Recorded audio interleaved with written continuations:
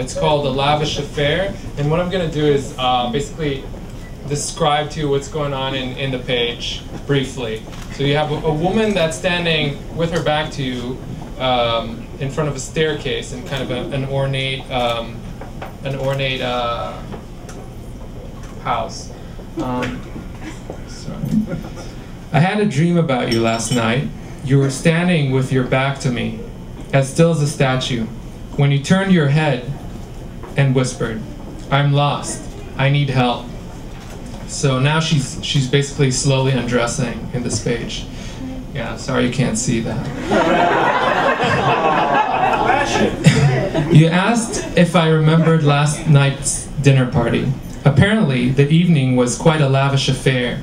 I could not remember such an event, but somehow you were able to recollect every minute detail of every single dish served. Your descriptions of the meal was mouth-watering. I told you to stop, but you kept on going till my mouth began to water. And now she's naked and she's running up the stairs in this house. You're describing the exact hue of the pâté de champagne, the way the sauce reflected into a thousand colors on the oily surface of the roast duck, the rich aroma of the garlic bread with the sun-dried tomatoes. And now she's going into a room, and we're kind of following her. You went on and on. Your descriptions grew more elaborate as you reached the desserts. Then all of a sudden, you became quiet. So now we're in another room, and there's a bed in the room, and she's standing again with her back to us, and she's putting on sort of a beast mask. And when she turns around, we only see she's naked, but she's wearing this weird beast mask. The verbal meal was now over, and instead of being full, you had emptied yourself out. I held you in my arms and tried to look into your eyes, but you turned away. I too was now silent. The hunger that you triggered had consumed my words, and now you see these arms sort of grabbing her. I decided I must eat immediately. And now there's basically arms kind of fondling the girl. You don't see the person, and she's still wearing the beast mask. You can't really see her.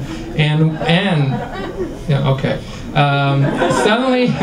Suddenly I noticed a strange form peeking out of your pocket.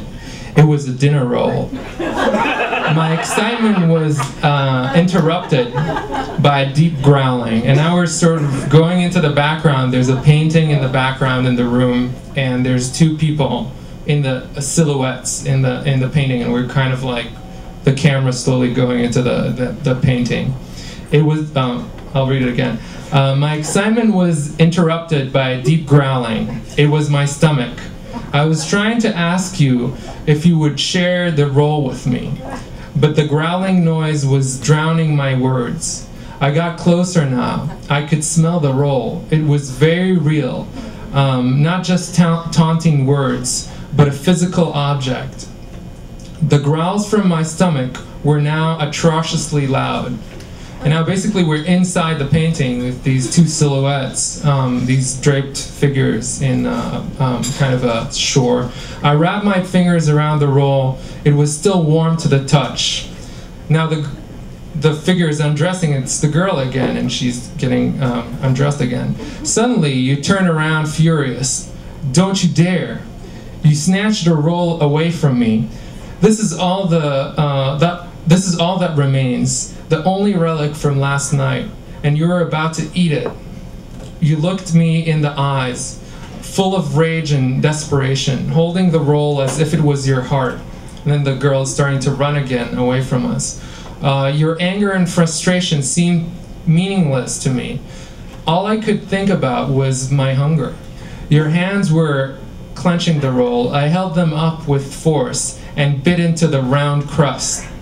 The horrible growling sound subsided, and then we're kind of into silence. We're in the desert, and suddenly we see a hand kind of submerged inside the sand, and someone's picking the girl out, and now she's sort of covered with mud, and she's pregnant.